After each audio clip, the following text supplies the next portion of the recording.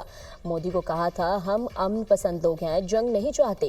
اگلا مارکہ حق کشمیر پر ہوگا۔ کشمیر اور فلسطین سمیت دنیا بھر میں مسلمانوں پر ظلم ہو رہا ہے۔ ہم نے اپنے اندر احساس پیدا کرنا ہے۔ ہمیں پاکستان بڑی قربانیوں کے بعد ملا۔ ہم نے آزادی کے بعد ملک کی قدر کی یا نہیں؟ ہمیں اپنا قبلہ درست کرنے کی ضرورت ہے۔ گورنر سندھ کامران ٹیسوری کا کراچی میں تقریب سے خطاب۔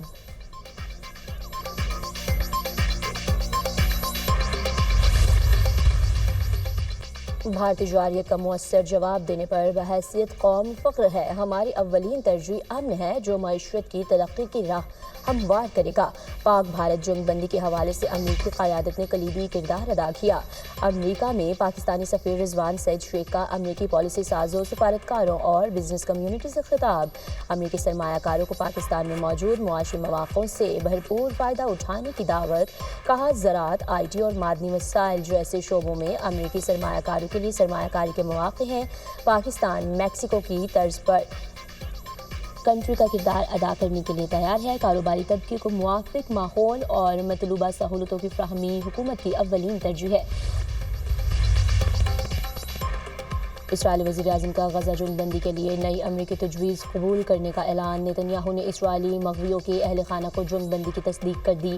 اسرائیل نے حماس کے اہم مطالبے کو ماننے سے انکار کر دیا۔ امریکی میڈیا کا دعویٰ، جنگ بندی تجویز میں ہمارے کسی مطالبے کا اسرائیل نے جواب نہیں دیا۔ ہمارا سب سے اہم مطالبہ جنگ اور قحط کو روکنا ہے۔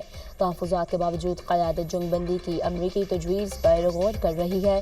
حماس عہدیدار کا موقف۔ امریکی مندوب اسٹیو وٹکوف نے غزہ میں 60 روز جنگ بندی کی نئی تجویز پیش کی۔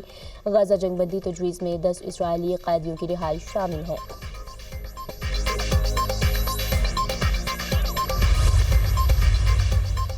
غزہ سیز فائر کے لیے امریکہ کی نئی تجویز پر اسرائیل نے دستخط کر دیے۔ جنگ بندی پر مزید بات چیت جاری ہے۔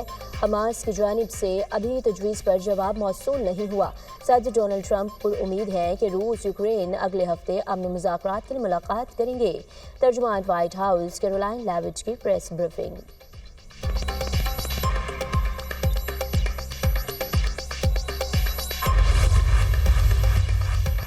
تجارتی عدالت نے انتہائی ضروری ٹیرف پر امریکہ کے خلاف ناقابل یقین حد تک فیصلہ سنایا۔ بین الاقوامی تجارت کی امریکی عدالت کا فیصلہ غلط اور سیاسی ہے۔ امید ہے امریکی سپریم کورٹ تجارتی عدالت کے فیصلے کو ریورس کر دے گی۔ امریکہ کو معاشی نقصان پہنچانے والوں کے خلاف امریکی صدر کو اقدامات کی اجازت دی جانی چاہیے۔ ایلون مسک کے ساتھ اوول آفس میں کل دوپہر پریس کانفرنس کروں گا۔ ایلون مسک کا بطور خصوصی سرکاری ملازم کل آخری دن ہوگا، لیکن مسک ہمیشہ ہمارے ساتھ رہیں گے۔ امریکی صدر ڈونلڈ ٹرمپ کی میڈیا سے گفتگو۔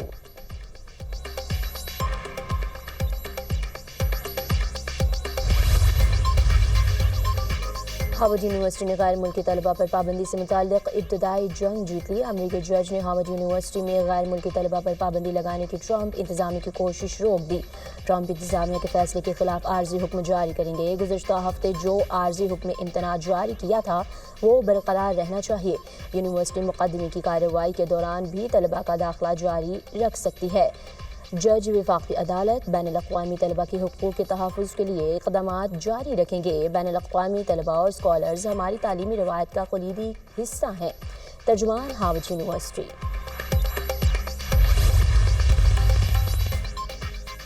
پاکستان میں کرپٹو اور بلاک چین کے نئے دور کا آغاز۔ حکومتی سطح پر بڑا اعلان۔ وزیر اعظم کے معاون خصوصی برائے بلاک چین اور کرپٹو بلال بن ثاقب کی امریکہ میں پاکستان کے کرپٹو مارکیٹ میں سرمایہ کاری کی اپیل۔ بلال بن ثاقب کا قومی بٹ کوائن والیٹ کے قیام کا بھی اعلان۔ کہا کہ یہ والیٹ ریاستی تحویل میں موجود ڈیجیٹل اثاثوں کو محفوظ رکھنے کے لیے بنایا گیا۔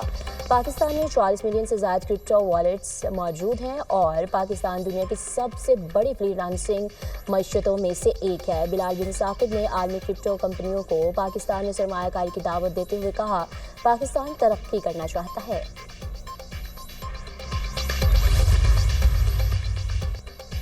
وفاقی بجٹ 10 جون کو ہی پیش ہوگا۔ قومی اسمبلی کی قائمہ کمیٹی خزانہ اجلاس میں شرکت کے بعد سیکرٹری وزارت خزانہ کی بات چیت۔ امداد اللہ بوسال نے کہا کہ بجٹ پیش کرنے کی تاریخ میں کوئی تبدیلی نہیں کی جا رہی۔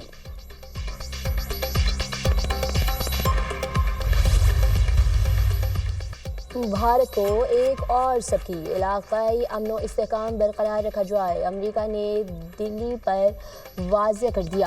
بھارتی سیکرٹری خارجہ امریکی نائب وزیر خارجہ سے ملاقات میں مقاصد حاصل نہ کر سکے، امریکہ کا بھارت پر کسی بھی قسم کی جارحیت سے گریز کرنے پر زور۔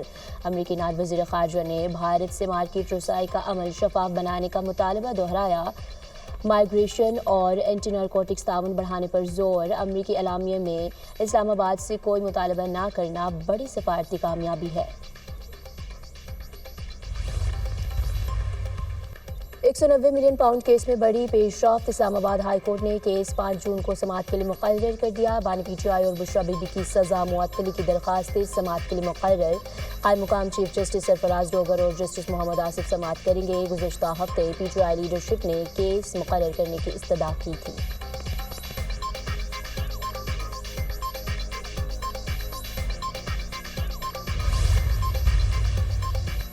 ایک جماعت کے امیدواروں کو آزاد کیسے ڈکلیئر کر دیا گیا؟ ہمارے سامنے یہ معاملہ نہیں ہے، کون کیسے لڑا؟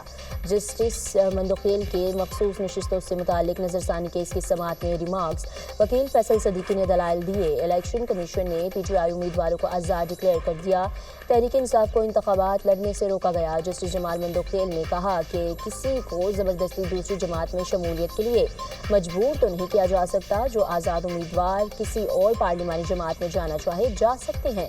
جسٹس مسرت ہلالی نے کہا، صاحبزادہ حامد رضا کی 2013 سے سیاسی جماعت موجود ہے، جو جماعت الیکشن لڑے وہی پارلیمانی پارٹی بناتی ہے، وہ اپنی جماعت سے نہیں لڑے پھر پارلیمانی جماعت کیوں بنائی؟